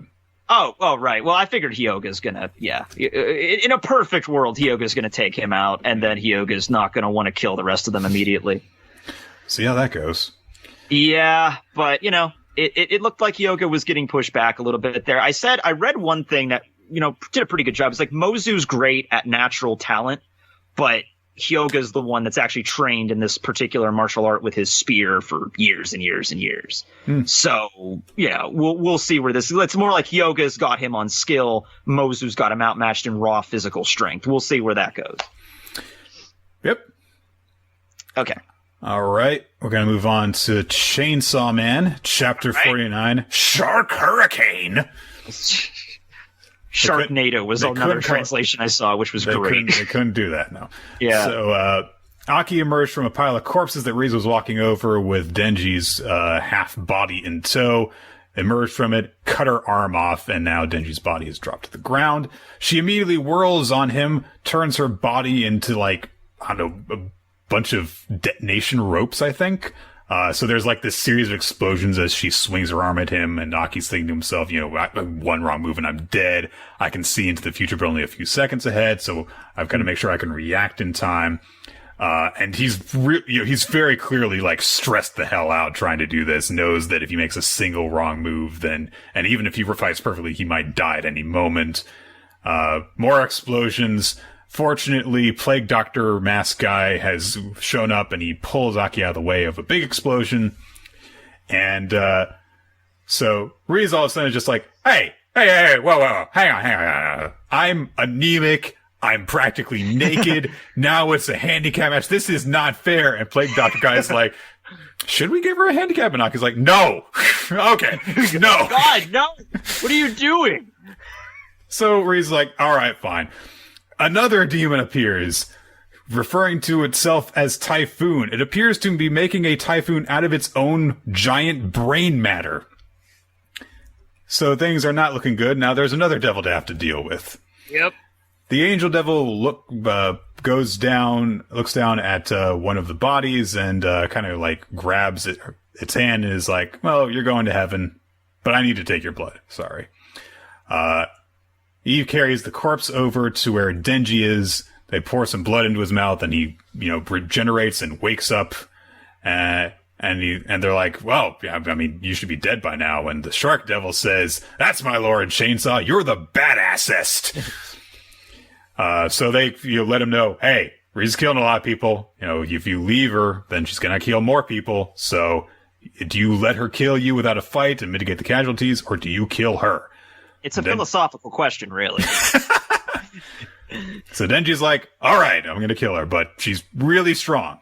So the angel devil looks at the shark and is like, you seem to know a lot about the chainsaw devil, so you need to tell us as much as you can about that so that we have a chance to fight this. So the shark devil's like, well, Lord Chainsaw was super fast, but he used more than just his feet. He used the chainsaw chain to move. He would throw and hook the chain and move from building to building. And Denji's like, oh, yeah, the samurai guy would move around with that flashy sword draw move, and Riz has been using explosions to move. So I can use my own powers like that. Yeah, okay. And Shark's like, yeah, you're a genius. And so Denji's like, using my chain to move. All right, I got it. And Shark's like, yeah, you've got it. And he's like, all right, Beam, turn into a shark. And Shark Devil turns into a shark. And Denji just uses it like reins. And he's like, mounts the shark and uses chains like reins. Like, here's the answer. A full page spread them mounted like that. Yeah, I'll break and beam with my chain and ride him like a horse. And that's the image I saw all over social media, like a chainsaw man riding a shark. I'm like, yep. And Beam is kind of slurring around the chain. And Angel Devil's like, are you sure that that's what you're supposed to do? You could shoot chains from your arms and hook them onto buildings like Spider-Man. And Denji's like, what? No, this is right, Beam? And Beam just kind of like has a moment of like, Lord Chainsaw is going to ride me into battle. Yeah, this is right. Yeah, let's do it. Yeah, let's do this. Yep. So they start riding into battle like that. If I saw that coming at me, I would just be like, nope, sorry, I'm done. Not even handling that. Chainsaw on a freaking shark. Come on. Well, Reese does see this coming towards her, and she just starts laughing about it. That's not a laughing situation, man. So Reese is on the side of the building. Denji is tearing towards her, mounted on Beam's back. The Typhoon Devil guy is ripping towards them from behind Reese.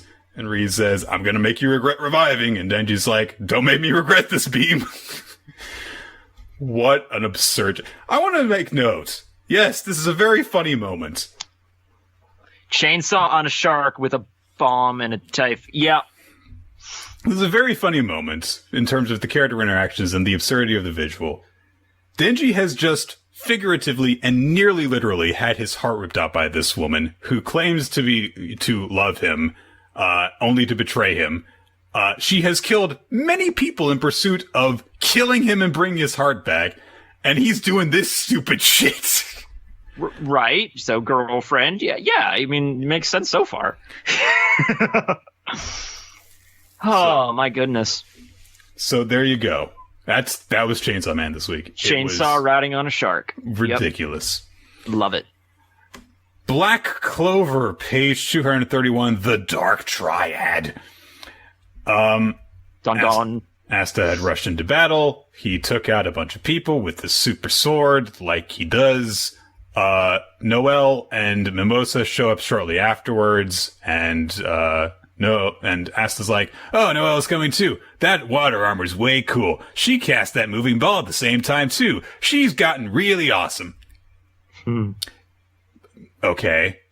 I mean, she didn't do anything, but I'll take your fucking word for it. Just roll with it, Nick. Yeah. Just roll with it. Finral is also there, but he lands with much less dignity than the girls do.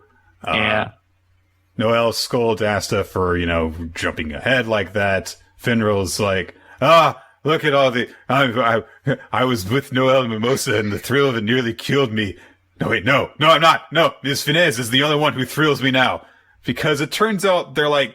Because he starts to freak out over the woman who was going to get raped, and she's still half naked, and he's like, I'll protect you. No, I can't do that. What's funny is it's been 6 months, and he's still...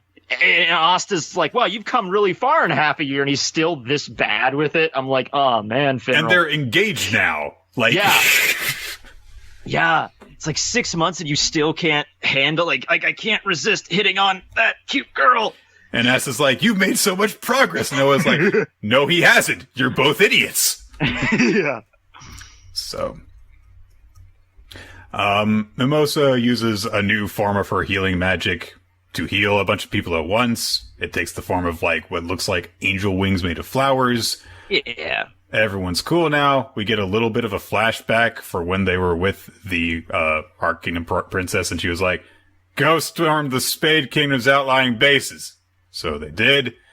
We cut over to where another group is handling things. Luck and Leopold are taking out more people. They've gotten strong too. That's the point of this chapter. Look at how strong everyone's been. The heroes are so strong. Look at how strong. They weren't strong before. Yeah, Nick, they're not just stronger. They also got new outfits. And that's also very and important. Leo got taller, apparently. It's hard to tell because, nobody is in the same layer of background as him. Yeah, so Leopold got a different hairstyle. He cut his hair a little bit. I think he cut the... No, he's still got the tail, but he looks a little different, yes. Yeah. And they're like, yes, of course I would grow bigger because, I'm related to Merleon and Fuego Leon. It's a good point. Exactly. He's going to be a beast in 2 years. And Ass is like, I'm going to be short but jacked forever. Yep. So the townspeople that have been saved are like, what are you planning to do with this place? And Ass is like, well, it's your town. We just liberated it, so have at it. Go home. Yay! And Ass just says that they just want the devil that's supposed to be in the Spade Kingdom, and Nearly Raped Girl is like, well, right now the Spade Kingdom is under the control of brutal mages known as the Dark Triad. I hear they're horribly strong, almost like devils. The Dark Triad! Look, it's the Dark Triad! And there's a girl with a spade eye patch, and there's a guy with a scar, and there's a guy with a crown with a different scar. Yeah, I believe that the cross scar guy is supposed to be the guy that we saw in the flash over to the Diamond King. Yeah, because it was stated he was the one that went over to Diamond and wiped it out. And his name is Xenon, I think. Vanika's the eye patch girl. And crown guy is Dante. Which, okay, I'm a fan of the Inferno, so okay, I'll go with that. So they talk about stuff, and Dante's like, all of this was in preparation for the time to come. The game would be dull if it ended right away. All life is in the palm of our hand. Now then, what should we target next? Which basically he said that because that one dude is like, why did we attack the Diamond Kingdom and then not do anything for 6 months? Oh, because we can't have it all end like because that. Because we had to have nothing happen for 6 months, I love that. Yeah. 6 months exactly. They're all on the same page here. We had to synchronize our watches to get to the big fight and not do anything else. I mean, I'm telling you, they look pretty imposing. There's only 3 of them, though. We're probably going to find out some other members of the Spade Kingdom, like the strong warriors and all that stuff. But they'll get defeated, and then it'll be revealed who the real Dark Triad are. The Dante dude, though, he's wearing the crown. And he seems to be the king of the kingdom. He does seem to be a royal of prominence, yes. Yes. So, all right, we'll see. All right, guys. Before we get into One Piece, I will say, yes, there was World Trigger this week. We're not going to talk about it this week, however, because it's a monthly series. Chris and I will talk about that next week when he comes back, hopefully. So, we're going to close out on One Piece, so no pressure, dude. Oh, no, I'll take it up. I've already done this once before, so we'll do it again. You got practice. Yeah, we already do the review. Okay. So, flashback continues with Odin and Whitebeard. Odin clashed with Whitebeard last chapter. We don't really continue that fight, unfortunately, but, Odin comes in, bashes Whitebeard's Bicento, like, let me join your crew. I have no idea who you are. And Whitebeard's like, what the fuck? Okay, what? And so this chapter, Odin's talking about, hey, I want to go out to sea. I want to go out to sea. Just take me with you. At this point, they're all kind of chilling out on the beach while the Whitebeard ship, the Moby Dick, is being repaired. And Whitebeard's looking at him, and he's just like, no way. I am not taking you out to sea. And you feel bad for Odin in this chapter because he's just like a little kid that like, come on, I want to go do this thing. And Whitebeard's like, no, I'm not. It's not happening. Because he talks about the Rocks crew. He mentions, my last crew I was part of was full of a bunch of people that didn't know how to take orders properly. They just did their own thing. You are very clearly that kind of person. So screw it. You go out to sea on your own.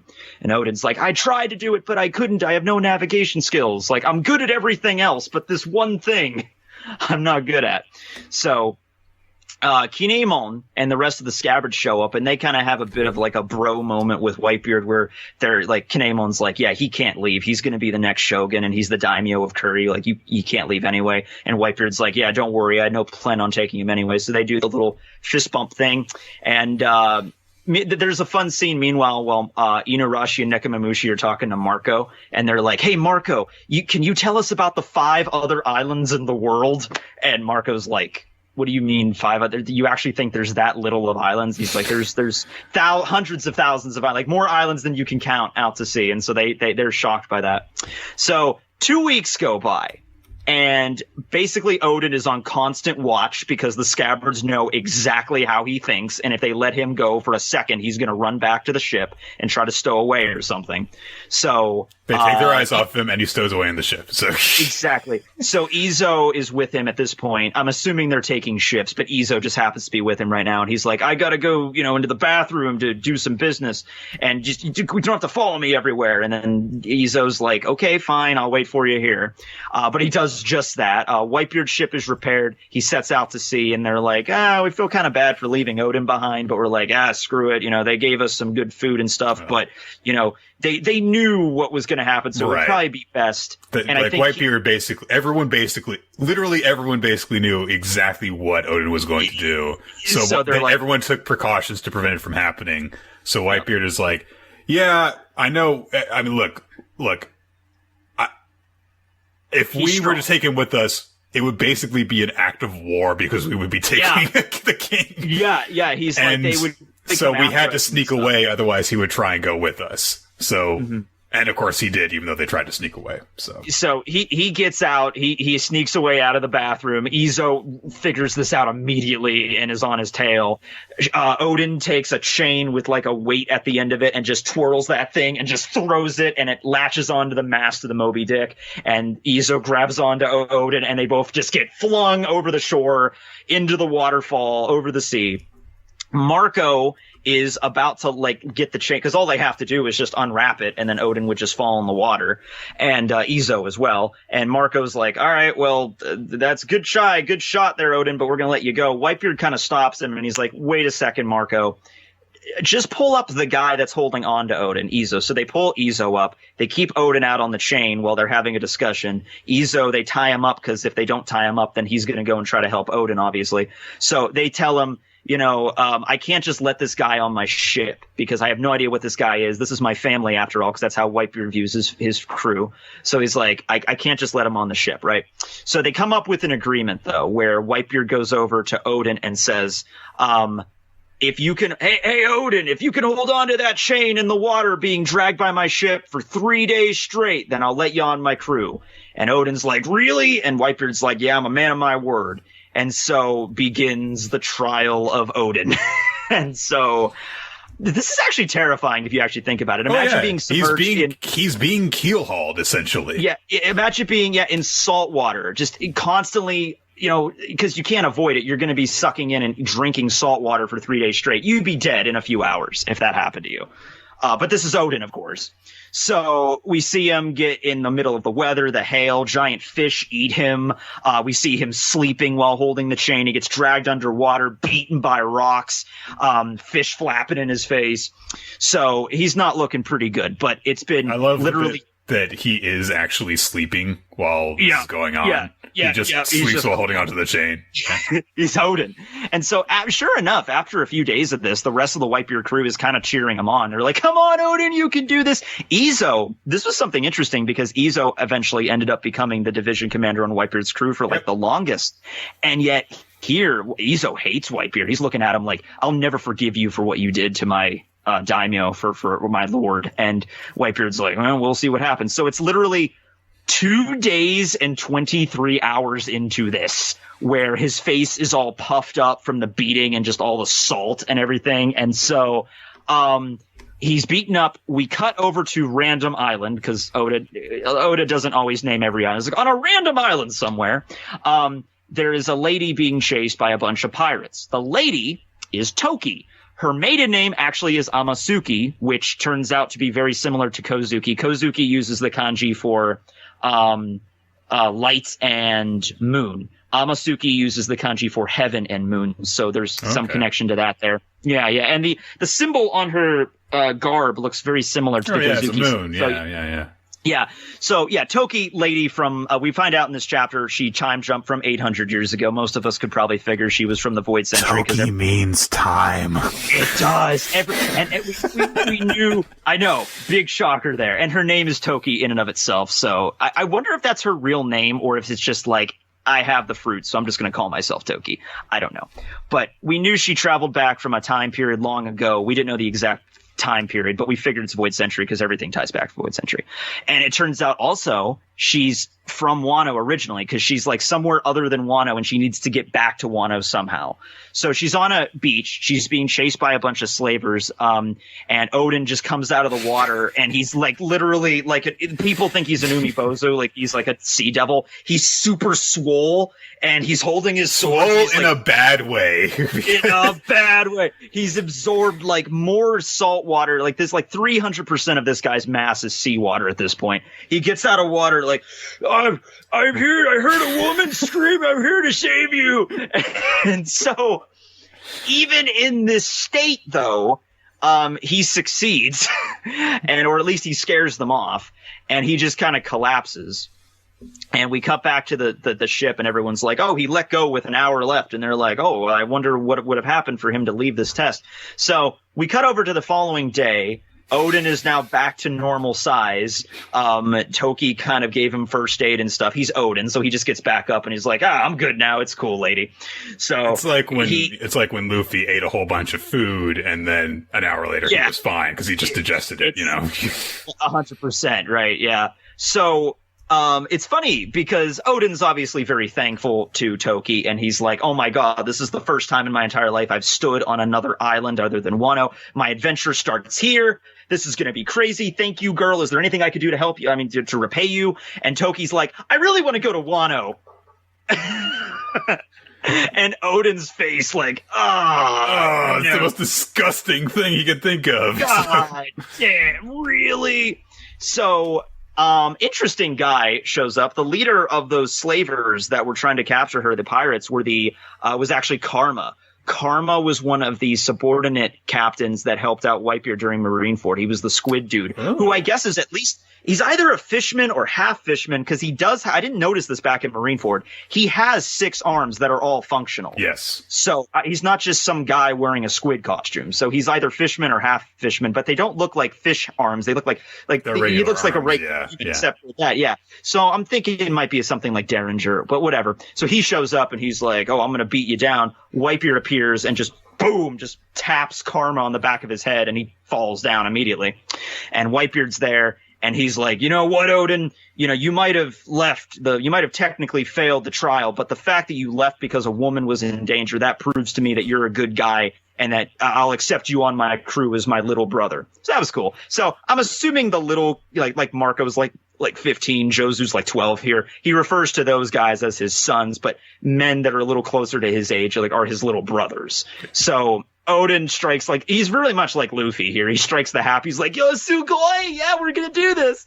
So I don't think that Odin has ever been more like Luffy than throughout this chapter. So this is like the cartoonish stuff that he gets up to and his reactions to everything that's going on. So I love that because everyone's like, "Oh, Odin, yay, welcome aboard. We're sorry that Pops put you through so much shit like an asshole." And he, Then Whitebeard's just like, "Hey, shut up. This is how I do things." Izo's still like, I'm still not going to forgive you, or you're just going to throw us overboard whenever you feel like it. And Whitebeard kind of jokes with his tongue in cheek. He's like, "Grr, grr, grr. Well, I might someday. Who knows?" And Dogstorm and Cat Viper are there, and Odin's like, "What are you doing here?" "Well, we figured you would do this, so we snuck aboard to come with you." Yeah, and we're here. So, and then, so Neku and Inu are there. Izo's there. Odin's now joined, and now there's only Toki. So Whitebeard looks at her and he's like, "So, okay, who are you, lady? Can we help you? What's your story?" And she's like, "My name's Toki, and I really want to go to Wano." And Whitebeard's like, you too." So we just came from there. So, they begin their epic adventure. I figured we weren't going to get an actual because this flashback's already kind of going on a little long. I think a lot of people want to get back to the action. A lot of people want to get to the actual fight on Onigashima. So we just get a montage of the adventures. We see Odin going to all these crazy different islands. This island has this is a desert. This is a frozen tundra. Also, little fun thing. Didn't notice it until recently. Somebody mentioned it in the panel where we're on the hot island where we see Odin running around on fire. You actually get to see Marco using his phoenix fruit. Oh, yeah. So, you can just barely see the flame spinning up behind him. Just barely. Yeah. But that's, so Marco had his phoenix fruit even at age 15. Interesting note. We get to see a giant that looks more like a giant like oars with the horns coming out of him. But more than anything, I mean, Odin's going on and on about the places and the animals and the plants and the things and the races. But more than anything, Odin just I'm seeing the new ideas of the world. Everybody has, because in Wano, the thing that was so stuffy about Wano is everybody had this tradition, this same idea, this is what's socially permissible, this what isn't. And Odin always fought against that every single day of his life. And here he's seeing all these different perspectives from all these different people. We see everyone getting around and having fun and partying on the ship. Everyone's having a good time. Last page of the chapter, very quickly, Toki out of nowhere is just like, "Oh, my age? I'm 26. I was born around 800 years ago." So that was a random thing that was just thrown in there, but we find out. I like how there's nobody who is like, "Whoa!" They're just like, "Bah!" Because it's like, whatever, okay, that makes sense to us, right? And so the last scene is we cut to another random ocean, and we see little kid Buggy and Shanks, who are both 9 years old here. So, damn, Roger, you're bringing 9-year-old kids on your epic journey into the new world. Shanks already has the straw hat, and he looks a lot like Luffy did when he was 7, and Shanks gave him the hat's too big for his head, but he looks okay. So that's 9-year-old Shanks, and Roger's there reading the paper. And he's like, so a samurai escaped from that isolated country of Wano. I want to meet him. And you get the great pirate Gold Roger. And I should also mention, he's 47 here. This is 6 years before he dies. He looks a lot younger. He looks like he's in his 30s here or something. Yeah, but he's 47. He's 50. Yeah. So anyway, he ended up getting sick too. So we'll see what happens with that. But no, yeah. So next chapter, we're probably just going to cut right to maybe Roger and how he met Odin, because we kind of have to include it. We still have to do the whole thing of how Orochi and Kaido took over and how Odin apparently died. So we got a lot of stuff in this flashback. Still a lot of ground to cover, and there's a lot of tragedy probably to happen. Oh God, yes. The frames turned black. You're going to cry. So. Yep. But yeah, really, I liked it. I'm digging on the flashback. I really am. I'm one of those guys that's I'd be okay if this lasted 15 chapters, but that's just me. It's been really good. I mean, I think that it's partially that Wano's such a likable and interesting character. You get what he's about very immediately, and he had this ragtag crew that loved him so much because of what he did for them. And, it's really done a lot to establish why he was such a beloved figure. So. It really reminds you of Luffy, because Luffy's the same way, how he can always draw people around him to support him, and Odin was the same way. Yeah. So, yeah. All right. Oh, yeah, you called Wano a character there. Did I say Odin? Did I say Wano instead of Odin? You said Wano instead of Odin, but it's cool. My bad. Yeah, they're the same person. It's okay. Very close. All right. So yeah, this was an interesting rundown. I learned some new chapters today. Yeah. All right. Well, we are going to wrap things up there then, because I'm going to have to get going once we're finished here. So, did you have any favorites this week? Like any favorite series, any favorite characters? I feel like picking One Piece would be too easy because I talk about it all the time. So I'll go with Dr. Stone. And as for one that I liked that was new, I'll go with that family assassin spy one. I thought that was a pretty cool one. Okay.